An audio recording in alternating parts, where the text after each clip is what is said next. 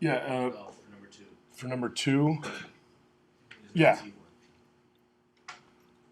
Oh, T1. Okay, sure. Sure. No, Jonathan's right. I should do it correctly. I should have said T1, and then from here we know T1 is that. Okay? So that's cool. So, yeah, we know that T1 is going to be mg, so ultimately that'll become mg, so that's good. Now, my guess is that T3, 2, and 5, are those all the same? Right? Do you see what I'm saying there? That, as my preface comments before? Yeah. Where does T3 connect to? It connects onto the bottom of this block. What you'll get is these pulleys work kind of like this. There's like a metal frame like this. Okay, and then there's like a shaft there. And then this kind of is curved like that. That's terrible. It's supposed to be a wheel, but it's not working out. I see. How do you draw that? I see. Yeah. And then it goes like that. And this goes underneath. So then here, there's a hook. And then off the bottom, there's a hook. So it's connected straight on. Yeah. So there's no other like tension, like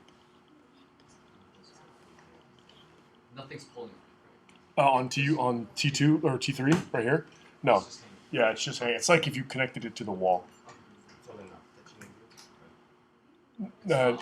No, so anything that's tied off, that's where you know like there's a tension there that starts, right?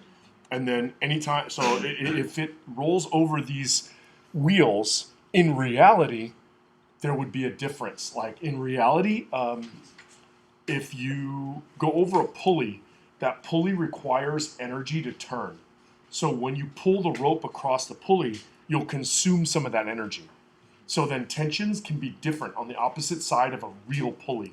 But in this sort of fantasy land where like we say the pulley has no mass and no friction, then you don't lose any energy. You don't lose any force. It takes no force to turn it. I mean, obviously it takes force to turn like a merry-go-round, right? I mean, when I say that, do you know what I'm talking about? Or, like the teacups at Disneyland, it takes force to turn the teacups. So to turn something with mass takes force. But because these are ideal, we don't have to worry about it. So if we say T2, T3, and T5 are all the same. Wait. So T2 and T5 are the same because it's the same pulley. Yeah, And because T2 it's the same rope. are the, oh, okay. See, it's the same rope all the way through. I mean, if you pull on a rope and I pull on the rope, is there any reason that in that rope between us there should be a place on it where there's more tension than somewhere else? No, right? The tension gets distributed. Now, if we wrap it around a frictionless, massless pulley, then when we pull it, it doesn't change anything. So, okay. So we know T2 is equal to T3, which is equal to T5. Okay, so what we get here, T2, T3, T5. So here we have T4, and then down we have 3T. I'm just going to say that's T. Let me erase this. Erase my block and tackle, or whatever that thing is. And then here we have 2T, and we have mg. Okay, do we have any way to connect these three? I assume, okay, if we look at one, well, okay, let me try this. If we look at all of this as like one big sort of conglomeration, right? It's not just this one, it's like 1 and 2 combined. Do you see like this here there's an F pulling down.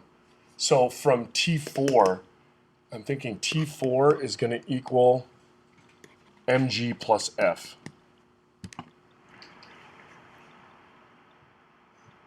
Because like if you look at the whole thing as one system, when you pull down here to hold this thing up, like what's pulling on the top of the wall, right? It's just those two things. So then however hard I pull with F, and this mass, or this weight, is what's pulling on T4. So does that help us at all? So T4 can set up to this. So maybe mg plus F equals 3T. And then 2T equals F, so just T equal F. Well, mg is a known number, right? We should solve for t. Like this right here. Solve for t. So if we did this, we could get T as mg over 2, right? So it's And- 5 times. And so if we know that, 10.2, so like around 50 or something? 52 newtons? 51. 51 newtons, right?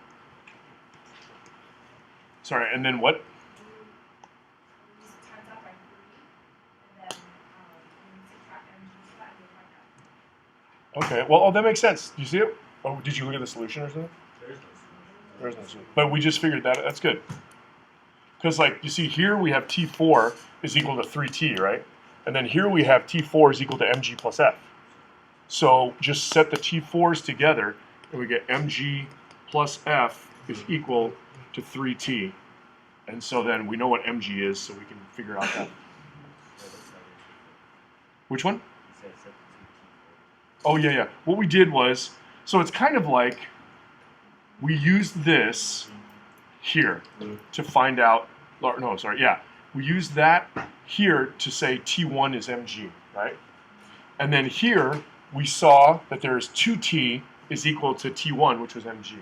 So when we use that, we could figure out the actual value for T. And then once we figure out T, when we go over here, if we look at the whole system, we see that T4 right here is actually supporting two things, right? No matter what goes on in here, you can't change like the fact that T4 is only supporting these two forces. So then that's why we wrote here, T4 is mg plus F. And then we also saw, based on block number 1, or whatever, pulley number 1, that T4 is equal to T2 plus T3 plus T5. So it's like a giant bunch of kind of mixing matching algebra blocks.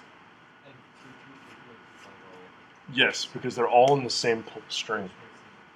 Yep. Oh, so because here T4 is equal to T3, right? 1, 2, 3. Does that make sense? And then T4 is also equal to mg plus F. That's why I put these two equal into one statement. Okay.